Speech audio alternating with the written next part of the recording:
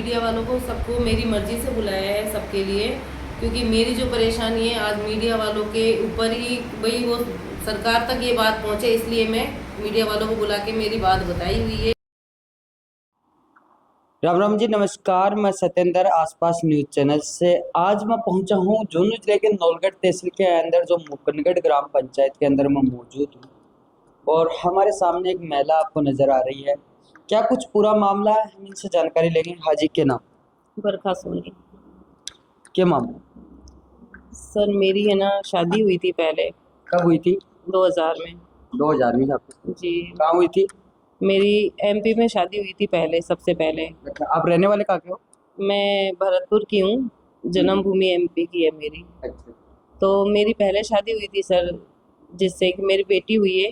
एक बेटी है मेरी, 8 महीने की थी जो मेरे हस्बैंड एक्सपायर हो गए सर। जी जी। तो हस्बैंड एक्सपायर होने के बाद में मेरे पियर रही हूँ, 8-9 साल मेरे पियर रहने के बाद रही हूँ मैं। अब पियर रहने के बाद में वहाँ पे मेरे है ना, मेरी बच्ची का है ना हार्ट का ऑपरेशन करवाया, उसके दिल में छेद था यहाँ पे। पियर वालों ने आपकी बच्ची का हार्ट का ऑपरेशन करवाया आपके पति के खत्म होने के बाद में? मेरे पियर वालों ने ऑपरेशन करवाने के बाद में मेरे फादर एक्सपायर हो गए दूसरे दिन। जैसे आज ऑपरेशन हुआ है, कल मेरे पापा खत्म हो गए। अच्छा अच्छा, मतलब दुखों का पार्ट टूट पड़ा परिवार। जी सर। और फिर जिसके बाद में फिर 8-9 साल रहने के बाद में मेरे मामा वगैरह बोलते हैं भाई 6 महीने के बाद में पापा खत्म होने के बाद में बहन बेटी कब तक घर में रहेगी। तो मेरी दूसरी शादी करा दी जयपुर में।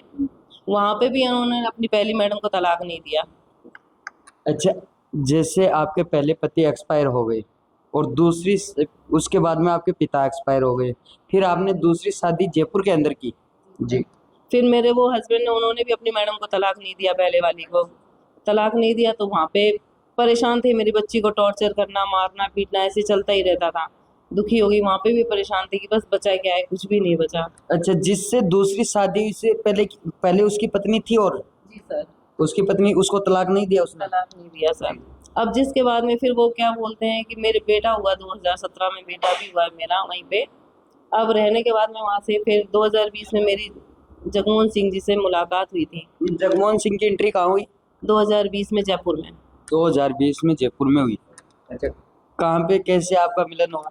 सर वो आश्रम में, मतलब गुरु आश्रम नहीं है, घर है वहाँ पे, गुरुजी के यहाँ जाते थे हम, वहाँ पे वो भी आते थे और हम भी। तो 2020 में मुलाकात होने के बाद में वो यूँ बोलते हैं मेरे से कि मेरी पत्नी का देहांत हो चुका है, मर चुकी है वो, तो मैं आपसे शादी करना चाहता हूँ। ये जगमोहन जी रहने वाले कहाँ के हैं? देवगांव नुआ के।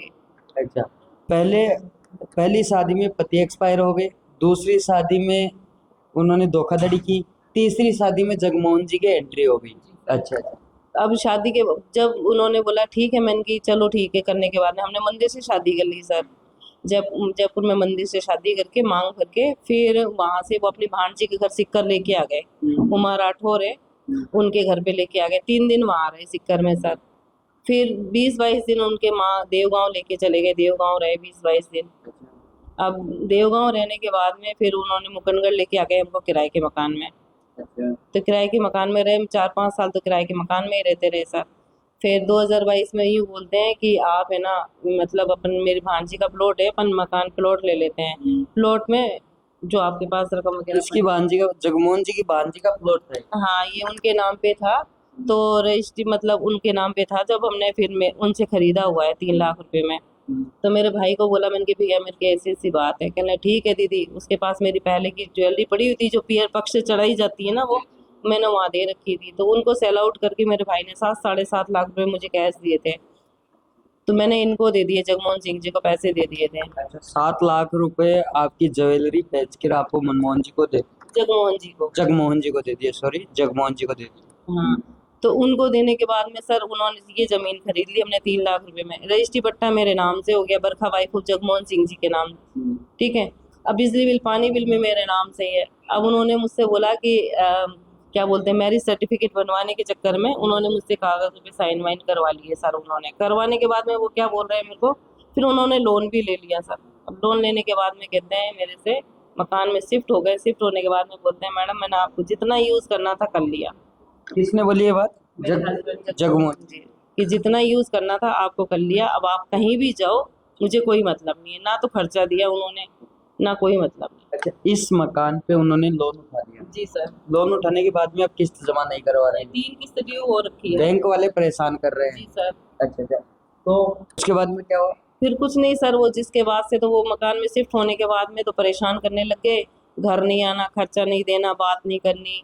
तो जगमोहन जी के परिवार को पता नहीं था कि क्या उसने दूसरी शादी कर ली? सबको पता था, उनके दोनों भाई हैं, उमेद उमेद दाद भी हैं और उनके मदन दाद भी हैं, उनकी बहन है मुकेश है और एक वो मनोज भाई शायद, चार सबको पता है उनको, उनकी भांजी है सीमा, उमा, सबको पता है ये सारी चीज़ें।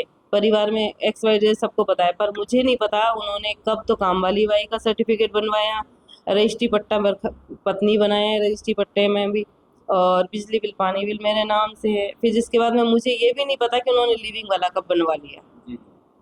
मतलब सरासर धोखाधड़ी हुई। सरासर धोखाधड़ी हुई है सर। और अब कहते हैं मकान, बैंक वाले कहते हैं 1 महीने का टाइम है, नहीं आपको मकान कुड़क हो जाएगा। अब सर मैं कहाँ जाऊँ, मेरे बच्चों को लेके कहाँ जाऊँ? मेरे पास मरने के अलावा कोई रास्ता नहीं बचा, या तो भीख मांगू मैं रोड पे मेरे बच्चों को लेके। अब आप कैसे अपना घर का गुजारा कर रहे हो? मैं सर किसी के यहाँ पे खाना वाना बनाने चली जाती हूँ, जैसे आ जाता है कोई, कह देते हैं कि भाई काम करना है आपको, वहाँ जाके खाना वाना बनाए आती हूँ। कुछ ऊपर मैडम रेंट पे रहती हैं। तो अब परिवार आपके जो पीहर पक्ष है वो क्या? पियर पक्ष में मेरा भाई है, वो तो कहता है दीदी देख ले अब तू, मैं तो क्या बोलूँ भाई, उससे जितना सपोर्ट होता है वो सपोर्ट कर रहा है अब, और ज़्यादा क्या परेशान करें उसको, भाई को भी। और ये ससुराल पक्ष वाले मना कर? बिल्कुल मना कर दी। तो ये ऐसा आप अभी बता रहे थे भाई, इसके भी एक पहले से जो इनकी पहली पत्नी है हाँ उसका भी इस पे मुकदमा चल रहा है। हाँ सर, पहले मुझे नहीं पता था पहले पत्नी है इनकी। अच्छा, जब आपने शादी की तब आपको पता ही नहीं था पहले पत्नी थे, तो क्या बोल के शादी की? कि मेरी पत्नी का देहांत हो चुका है, मेरी पत्नी मर चुकी है। उसने बोला भाई मेरी पत्नी मर चुकी है, तो उसके बाद में हम बिल्कुल शादी करी है। और जिसके बाद में फिर बाद में पता चला मुझे 2021 में कि मैडम का है ना, इनका केस चल रहा है जयपुर में, खर्चे का, घरेलू हिंसा का, है ना, और उनको मैडम को खर्चा भी मिल रहा है। जगमोहन जी क्या करते हैं? एक्स मैन है और आबकारी विभाग में सिपाही है फिलहाल। तो आपने इसकी शिकायत कहाँ कहाँ पे दर्ज करवाई? सर मैंने तो थाने में एफआईआर करवाई थी, उन्होंने एफआईआर लगा दी पुलिस वालों ने। 4 बार तो सरस चौधरी एसपी थे, उनके पास जाके चली गई, तब 1 महीने में पुलिस वालों ने मेरी एफआईआर दर्ज करी है। कोई सुनवाई नहीं हो रही है। अभी 4-5 दिन पहले मैं कलेक्टर सर के पास में भी गई थी, उन्होंने आबकारी विभाग में भेज दिया, वहाँ से भी कुछ नहीं हुआ सर मेरा। तो मैं सब जगह घूम घूम के थक चुकी हूँ सर मैं। तो इसमें आपको लगता है भाई किसी तीसरे की एंट्री भी है? हो सकता है बिल्कुल सर, क्यों कि मेरे साथ ऐसा किया है, वो किसी भी तीसरी लेडीज को फंसा के, एक उन्होंने बहाना बना रखा है कि मेरी माँ है, बूढ़ी औरत है, उनकी सेवा के लिए कोई काम वाली रख ले, कोई काम वाली लड़का रख ले, कुछ भी कैसा भी करके कर सकते हैं वो। क्यों? क्योंकि एक काम वाला लड़का भी रख रखा था उन्होंने, 17,000 रुपये सैलरी भी देते थे उनको, कंपनी के, जयपुर की कंपनी के थ्रू आया हुआ था वो। नहीं, कहाँ पे रख रखा था? देवगांव में नुआ में, अपने पापा की तबीयत। अच्छा, देवगांव। जी वहीं रखा हुआ था। देवगांव से आप आए मुकनगढ़। मुकनगढ़ कितने दिन किराए में रहे आप? मैं 3-4 साल किराए से रही। 4 साल आपने किराए पे रहे। जी सर। उसके बाद में आपने प्लॉट खरीदा? जी, प्लॉट तो 2022 में खरीद लिया सर, अच्छा। फिर बनाना स्टार्ट कर दिया था 2024 में। इस मकान में जुलाई में शिफ्ट हो गए थे हम सर। तो आपकी अब शासन और प्रशासन से क्या मांग?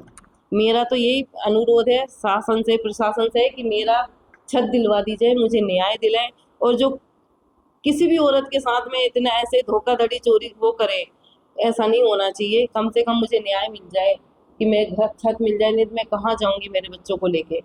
सब कुछ लुट गया। एक छत बच्ची थी, वो भी बाहर निकाल देंगे, वो भी गई। वो भी गई, फिर हम तो क्या करेंगे? हमारे पास औरत के पास में इज्जत, मान सम्मान सब कुछ होता है, वो सब कुछ चला गया, कुछ ही नहीं बचा है। परिवार, रिश्तेदार, समाज सब कुछ गया है मेरे पास से, तो कुछ भी नहीं बचा है सर अब मेरे पास।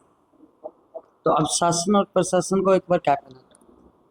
मैं तो ये कहूँगी, जगमोहन सिंह जी जो मेरे हस्बैंड है, उनको कड़ी से तो कड़ी सजा मिलना चाहिए, क्योंकि किसी औरत के साथ में ऐसा नहीं करें वो, और हमें न्याय दिलवा दे। कम से कम हमें ये छत तो दिलवा दे, कैसे भी करके।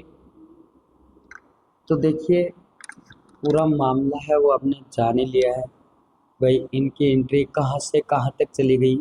पहले पति थे, उनकी डेथ हो गई, दूसरे पति ने धोखा दिया, तीसरे पति ने मिले जगमोहन जी, उन्होंने भी धोखाधड़ी का ये बता रहे हैं भाई हमारे साथ धोखा हुआ, हालांकि हम इसकी क्या पुष्टि कर सकते हैं।